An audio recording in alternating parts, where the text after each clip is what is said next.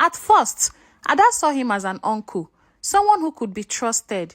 But one rainy evening, after midweek service, something happened that Ada never imagined. That night marked the beginning of a secret that would later destroy her world. Weeks passed, and Ada noticed she was feeling weak and tired. She thought it was malaria, until one morning, she vomited so much that her mother took her to the hospital. The hospital nurse face changed after checking her. "She is pregnant," the nurse said quietly. The words hit Ada like thunder. Her mother's mouth hung open in shock. "Pregnant? At 16? Who is responsible?" she shouted. When Ada mentioned the name of the assistant pastor, her mother's eyes widened in anger and disbelief. It was a scandal waiting to happen. If the church members found out, their lives would never be the same. So, instead of protecting her daughter, Ada's mother made a decision that broke her heart. She told Ada to pack her things. "You will go to my mother's people in the village," she said, coldly. "But Mama, please." "No, please. You will not disgrace me here," Ada's mother said. That night, Ada sat on her small bed, tears streaming down her face. She was only 16. She didn't know what motherhood meant. She didn't know what the future held. All she knew was that her life had just taken a turn she could never reverse. As the bus moved out of the city the next morning, Ada looked out of the window holding her small nylon bag. With fear in her eyes, she didn't know that she was about to face suffering she had never imagined. When Ada arrived at her grandmother's village, the place felt like another world. The air was fresh, but the silence was heavy. She had never lived in a village before. She imagined it would be peaceful, but life there was nothing like she had hoped. Her grandmother, Mama Nkem, was not her mother's real mother. She was her mother's stepmother, and she didn't hide the fact that she didn't like Ada. "So you are the big city girl who got pregnant, Abi?" Mama Nkem said, with a voice very sharp. Ada's heart sank. She thought maybe she would at least find some comfort here. But instead, she was greeted with judgments. From that first day, Ada was treated like a servant. She woke up before sunrise to fetch water from the faraway stream. She cooked, swept the compound, washed clothes, and even went to the farm with a pregnancy that was growing bigger every day. Sometimes she would feel dizzy from the heat and the heavy load on her head. But Mama Nkem would say, "Pregnancy is not a sickness. You better work if you want to eat." The people in the village whispered whenever she walked past, "That's the girl who brought shame to her family." Some said. Others simply stared, their eyes filled with pity or scorn. One night, Ada sat outside looking at the stars, wondering how her life had gone so wrong so fast. She missed school. She missed her friends. She missed her mother's face, even though her mother had sent her away. She placed her hands on her big belly and whispered, "Don't worry, my baby.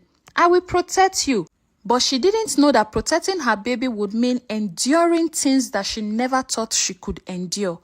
The days turned into weeks, the weeks into months, and then one hot afternoon, Ada began to feel sharp pains in her stomach. She knew that time had come, but giving birth in the village under such conditions would be an experience that would test every bit of her strength. It was a scorching afternoon when the pain began. At first, Ada thought it was just the usual discomfort she felt.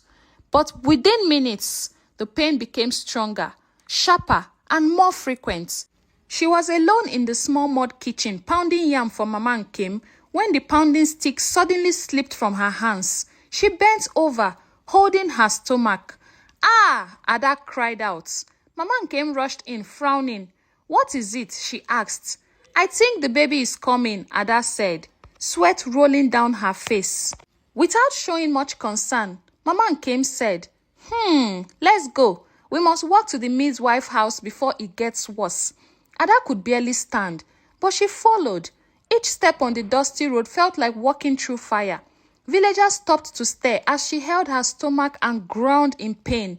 Some whispered, others pointed, but no one offered to help. By the time they reached the midwife's hut, Ada was shaking. The midwife, Mama Iyabo, quickly led her inside. The air smelled of herbs and smoke. There was no bed, just a thin mat on the floor. "Lie down, my child," Mama Iyabo said. The contractions came harder. Sweat soaked her dress. She bit her lip to keep from crying too loudly. Hours passed like days. Mama Iyabo whispered prayers, urging her to push. Finally, just as the evening sun was fading, a baby's cry filled the room. "It's a girl," Mama Iyabo said, lifting the tiny child and placing her on Ada's chest. Tears rolled down Ada's face. For a moment, all the pain faded. She stared at her daughter's small wrinkled face and felt a rush of love she had never known before. But outside that little hut, life was still waiting with its harsh realities. And Ada had no idea that the struggles of raising this child would be far greater than the pain of bringing her into the world. The first night with the baby was the longest Ada had ever lived. The little girl cried and cried, her tiny fist waving in the air. Ada didn't know how to calm her. She didn't know what to do. She tried rocking her. She tried singing softly, but nothing worked for long. And Mama Nkem wasn't even willing to help her. By morning, Ada's eyes were swollen from lack of sleep. She had no breast milk yet. And Mama Nkem handed her a small bowl of watery pap. "Feed her with this. That's what we used in the old days," Mama Nkem said. Ada obeyed, holding her baby gently and feeding her with a small spoon. The pap dribbled down the baby's chin. She was so small, so fragile. Ada worried every second that something might happen to her. Life didn't slow down for Ada just because she had a child. By the next day, Mama Nkem was already sending her to fetch water, sweep the compound, and help on the farm. The baby would be strapped to her back, sleeping or crying, while Ada bent over planting yam seedlings at the farm. At night, Ada would sit under the moonlight, staring at her daughter. She had named her baby Chinaza, meaning God answers. Each time she whispered the name, her heart felt heavy with both hope and fear. But the village was not kind. Some women would pass by and mutter, "Look at her, such a small girl with a baby. No shame." Others laughed openly, calling her pastor's disgrace. Ada pretended not to hear, but deep inside, their words stabbed her like a knife. She wanted to shout that she didn't choose this life, that she was only trying to survive. But in the village, no one cared about the truth. One afternoon, while walking on the farm, Ada looked up at the blue sky and made a silent promise to her baby, Chinaza. "I will protect you. I will do everything to give you a better life than this." She didn't know how she would keep that promise. She had no money, no family to turn to, and no real skills to earn a living. But what she didn't know was that the days ahead would test her in ways she could never imagine, and that keeping her daughter alive would be the hardest battle she would ever fight. Life with a newborn baby in Mama Nkem's house was like walking in the rain without an umbrella. Cold, hard, and uncomfortable. Ada quickly learned that if she didn't work, she and Chinaza, her baby, would not eat. Every morning, she strapped Chinaza to her back and went out in search of any job she could find. Sometimes, she helped women in the market arrange their goods for a few coins. Other times, she fetched water for those who were too tired to go to the stream. The work was hard, and the pay was so small that it could barely buy garri, but Ada kept going because there was no other choice. When she worked in the market, Chinaza would sometimes cry, and people would complain. "Tell your baby to keep quiet. She's disturbing my customers." A tomato seller once shouted. Ada apologized and walked away, her heart sinking. At night, Mama Nkem's voice would echo in her ears. "You think you came here to rest? Tomorrow you will follow me to the farm." Even though Ada's body ached, she dared not to argue. Her hands soon became rough from carrying firewood and working on the farm. The soles of her feet hardened from walking barefoot on the hot ground. The only soft thing in her life was Chinaza's small warm body when she held her close at night. But even in those quiet moments, Ada worried. How long could she keep living like this? How long before her body gave up? One day, she overheard two women talking in the market. They say pastor's family is pretending nothing happened. The girl is suffering in the village, but nobody cares. Ada swallowed the lump in her throat. She wished she could scream, but instead, she walked away with her head down. She didn't know that fate had another test waiting for her, one that would shatter her heart in ways she could never repair. It started with a small cough. Ada didn't know much of it at first. Babies cough sometimes. She wrapped Chinaza in a warm cloth and sang softly to her. But as the days passed, the cough grew worse. Chinaza's tiny chest rose and fell quickly, as if breathing had become hard work. She refused to eat, and her once bright eyes began to lose their shine. Ada panicked. She ran to Mama and came. "Mama, please, Chinaza is sick. We need to take her to the clinic." Mama and came frowned. "Clinic? Do you think money grows on trees? Give her some herbs. She will be fine." That night, Ada stayed awake watching her baby struggle to breathe. Tears rolled down her cheeks as she whispered prayers into the darkness. The next morning, Ada borrowed some money from a woman in the market and rushed Chinaza to the local clinic. The nurse looked at the baby and shook her head slowly. "This child needs proper treatments. Her lungs are weak, and we don't have the equipment here." Ada felt her knees weaken. She didn't have the money to go to a bigger hospital. She begged the nurse to do something. Anything. The nurse gave her some medicine and told her to keep the baby warm. For a short while, Chinaza seemed to get better. Ada smiled for the first time in weeks, thinking the worst was over. But in the middle of the night, Chinaza's breathing became shallow. Ada called her name over and over, shaking her gently. There was no answer. The world stood still. The only sound was Ada's own scream as she clutched her lifeless baby to her chest.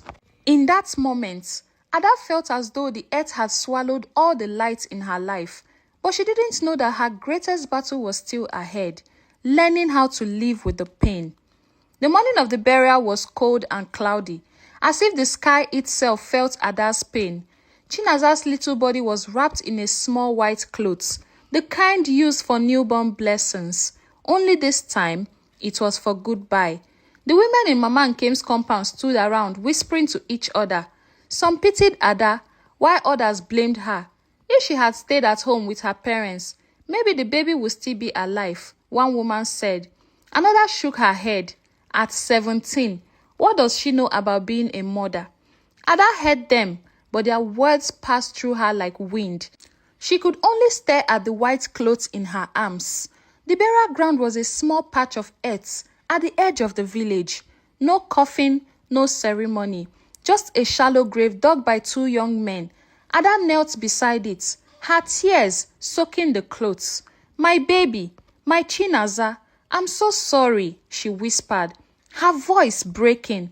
When it was time to lower the little bundle into the ground, Ada's hands trembled. She wanted to hold her baby one last time, but Mama Nkem gently pulled her back. "Let's go. Let her rest," she said. As the first handful of sand hit the white clothes, Ada's chest tightened. It felt like each grain was burying a piece of her heart. Dear viewers, may none of us ever witness our child being buried. By the time the grave was covered, Ada felt empty, like her soul had been taken along with her baby. She walked past the house slowly, not hearing the voices around her, not feeling the ground under her feet. That night, she lay awake, staring at the ceiling. Every sound reminded her of baby Chinaza, the soft breathing she used to hear beside her, the tiny cry at dawn. Now, there was only silence. It was a kind of silence that didn't just fill a room, it filled a life. After Chinaza's burial, Ada moved through life like a shadow. She still lived in Mama Nkem's house, but it was as if she was no longer there. She stopped talking to people. Even when Mama Nkem asked her to do some chores, Ada would walk in silence, eyes fixed on the ground. She no longer went to the market or joined the other women. Sometimes, she would sit under the mango tree for hours, holding the small blanket Chinaza used to sleep in. She pressed it to her face, hoping to catch a faint smell of her baby's skin, but the scent had faded, just like her reason to smile. At night, she barely ate. Food lost its taste. She only drank water when her lips got dry. Sleep didn't come easily. Whenever she closed her eyes, she saw the little white clothes going into the ground. Weeks passed. Her step-grandmother, Mama Nkem, was running out of patience with her. Ada, you better stand up and come and do some work at the farm. Are you the first person to lose a child? I have had enough of this. Ada didn't reply. She wanted to tell her that life had ended the day Chinaza's heart stopped beating because she suffered so much to keep that child, but the words got stuck in her throat. In her mind, she replayed everything that had gone wrong, from the day the pastor in her church pressed her down, forced himself on her, and the day the pregnancy started, to the moment she was chased from her mother's house. She blamed herself for everything. If she had stayed away from the pastor, if she had been more careful, if she had told her mother what was happening, maybe her baby would still be alive. Sometimes, the pain was so heavy, she wished she could disappear completely. But each morning, she still woke up. Each morning, she still breathed. The days blurred into each other, one long stretch of silence, sadness, and shadows. But deep inside, a tiny part of her still hoped that maybe, just maybe, life could change again. It was a quiet afternoon. The sun was high, and the village road outside Mama Nkem's compound was empty. Ada was sitting under the mango tree again, lost in her thoughts, when she heard a knock on the wooden door. Mama Nkem called from inside, "Ada, go and check who is there." Ada dragged herself to the gate and opened it halfway. Standing outside was a young woman she had never seen before. She wore a simple wrapper and a blouse. In her hands was a small nylon bag. "Good afternoon," the woman said, with a smile. "I'm looking for Mama Nkem." Ada nodded and let her in. Inside, the woman greeted Mama Nkem warmly and handed her the nylon bag. "Mama, I brought some vegetables and palm oil from my farm." As the two women talked, the visitor kept glancing at Ada. Finally, she asked softly, "Who is this beautiful young girl?" "This is my husband's granddaughter," Mama Nkem replied. "She is staying with me for now." The woman turned fully to Ada and smiled again. "My name is Ngozi. I teach tailoring at the Women's Skill Center in the next village. You look like someone who could learn quickly. Would you like to come and join our class?" Ada froze. She hadn't heard such a question in a long time. A part of her wanted to say no immediately. What was the point? But another part, the tiny part of her that still hoped for change, whispered, maybe this could be something different. Before she could answer, Mama Nkem spoke up. "I think that's a good idea. Oh. She has been idle for too long. Ada, you should go. It will keep your mind busy." Ada just nodded slowly. She wasn't sure if she had the strength, but something about Ngozi's warm smile made her feel a small spark inside. For the first time in months, she wondered what tomorrow might bring. Ada's first day at the tailoring class was different from anything she had ever experienced in a long time. The room smelled of fresh fabric. At first, Ada's hands trembled as she tried to hold the scissors and cut the clothes. But Ngozi was patient, showing her how to measure, mark, and sew straight lines. Day by day, Ada began to enjoy the work. The pieces of fabric slowly turned into skirts, blouses, and head wraps under her hands. But while Ada was building a new skill in the quiet village, something else was happening back in her home. The pastor, the man who had deceived and taken advantage of her, could no longer bear the weight of his secrets. His guilt grew heavier each day. And one Sunday, in the middle of service, he broke down in tears before the congregation. "I have sinned," he confessed, his voice shaking. "I wronged Ada. I made her carry the shame that was mine to bear." The church was silent at first, then filled with murmurs of shock. Ada's mother, who was sitting in the front row, felt as though the ground had opened under her feet. For the first time, she realized the full truth of what her daughter had endured. Tears streamed down her face as she left the church and later traveled to the village to find Ada. She knelt before her, weeping. Ada, my child, I am so sorry. I failed you. I believed lies instead of you. Please forgive me. Ada felt a storm of emotions rise within her. The pain, the betrayal, the longing for her mother's love. Slowly, she reached out and lifted her mother from the ground. I forgive you, Mama, but I must continue my life here. I am learning tailoring and I want to make something of myself. Back in town, the church elder suspended the pastor from ministry. His reputation was ruined and he faced the consequences of his actions. As months passed, Ada grew from a timid, wounded girl into a confident young woman. Her hands became skilled, her designs unique, and soon she was known as one of the best fashion designers in the area. And of course, she went back to school. People traveled from different towns and cities to have her make their dress. She had turned her pain into purpose. Dear viewers, if you were Ada, will you ever forgive your mother? And if you were Ada's mother, what would you do finding out that your 16-year-old daughter is pregnant? Let me know in the comment section. Now, the moral of this story is this. Believing lies without hearing both sides can destroy relationships. Always seek the truth before making judgments. Forgiveness frees the heart, but it does not mean returning to the same place of pain. Skills and hard work can turn your life around, no matter your past. Those in positions of trust must be held accountable, no matter how respected they seem. A mother's support and belief in her child can make all the difference during hard times. Pain can be a stepping stone to a brighter future when you refuse to give up. Your past does not define you. Your choices today do. Thank you so much for listening to this story at Folklore Chronicles-k Stories. And please, if you haven't subscribed to my channel, kindly click on the subscribe button. Turn on the notification so when I post more stories like this, you'll be the first to get them. And if you're a returning subscriber, thank you so much. I sincerely appreciate your support and I do not take it for granted at all. Until I see you in my next video. Bye.